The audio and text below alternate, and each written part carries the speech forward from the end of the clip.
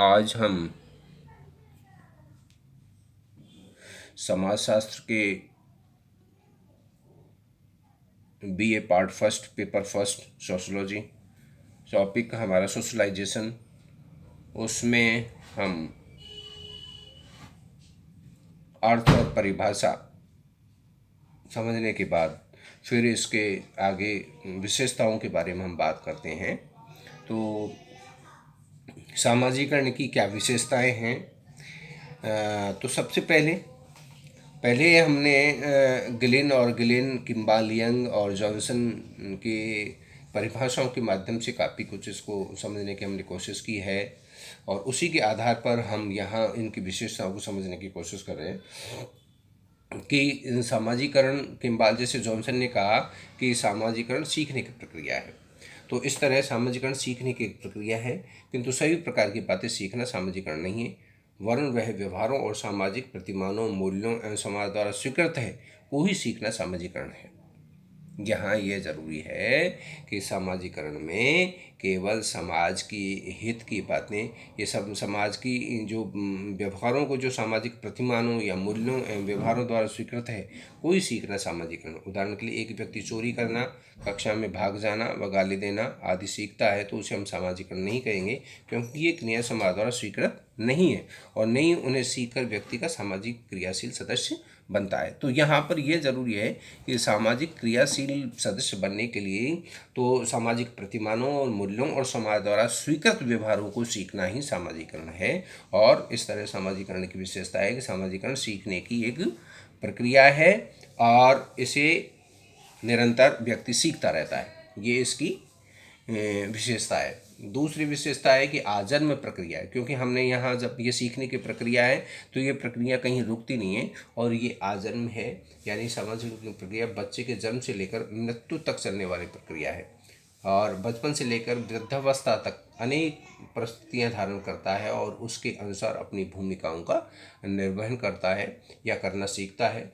तो इस तरह यह है प्रक्रिया आजन्म प्रक्रिया है और वो जन्म से लेकर मृत्यु तक वो चलती रहती है, इसलिए ये पूरे जीवन भर हम एक सीखने की प्रक्रिया के दौर से गुजरते हैं। तो समय व स्थान सापेक्ष है, जो सामाजिकरण है समय और स्थान सापेक्ष है। सामाजिकरण की प्रक्रिया समय व स्थान सापेक्ष है। समय सापेक्ष का अर्थ है कि दो भिन्न समयों में सामाजिकरण की अंतर वस्तु अलग अलग हो सकती है, और स्थान सापेक्ष का अर्थ है कि एक स्थान, एक समाज में दो व्यवहार प्रशंसनीय माना। सामाजिकरण सापेक्ष स्थान स्थान सापेक्ष भी है। इसका अर्थ यह है कि एक स्थान पर एक समाज में जो व्यवहार प्रशंसनीय माना जाता है वही दूसरे समाज में निंदनीय माना जा सकता है। तो अलग अलग समाजों में ये जो व्यवहार है वो अलग अलग हो सकते हैं और इसीलिए सामाजिकरण समय व स्थान सापेक्ष होता है।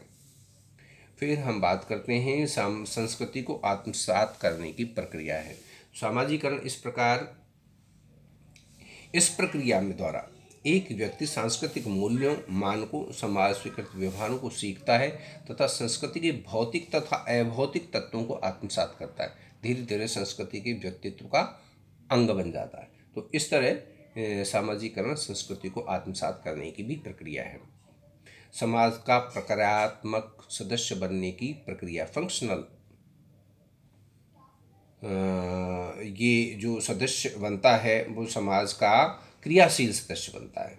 तो समाजीकरण की प्रक्रिया यदि व्यक्ति समाज के कार्यों में भाग लेने के योग्य बनता है और उसी के द्वारा प्राणी से सामाजिक प्राणी में बदल जाता है। तो किस पद पर रहकर किस परिस्थितियों में कैसा व्यवहार करना चाहिए, यह सब सामाजिक संपर्क में सीखता है और संपर्क से ही व्यक्ति लोगों की अपेक्षाओं के अनुरूप व्यवहार करना सीखता है। तो सामाजिकरण के अभाव में कोई व्यक्ति समाज का सामान्य सदस्य नहीं बन सकता।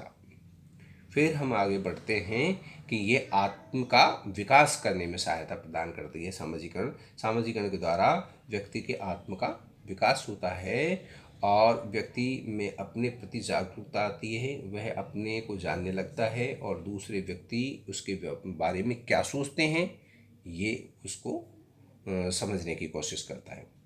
और सामाजिक हस्तांतरण, पहले भी हमने यहाँ चर्चा की थी कि सामाजिकरण द्वारा सामाजिक हस्तांतरण का एक महत्वपूर्ण कार्य किया जाता है। सामाजिकरण के द्वारा समूह अथवा समाज अपनी संस्कृति को एक पीढ़ी से दूसरी पीढ़ी तक पहुँचाता है।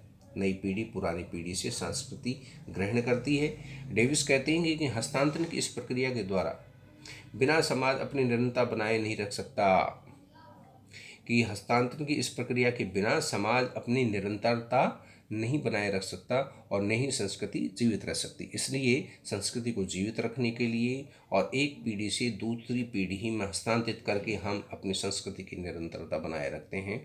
तो इस तरह सांस्कृतिक हस्तांतरण इसकी विशेषता है, आत्म विकास इसकी विशेषता है, समाज का प्रक्रियात्मक सदस्य बनने की इसकी विशेषता है, संस्कृति को आत्मसात करने की विशेषता है, समय और स्थान सापेक्ष इसकी विशेषता है, आर्जन प्रक्रिया चलती है ये इसकी विशेषता है, और ये सीखने की प्रक्रिया है। तो इस तरह सामाजिकरण की विशेषताओं के बारे में हमने यहाँ पर चर्चा की।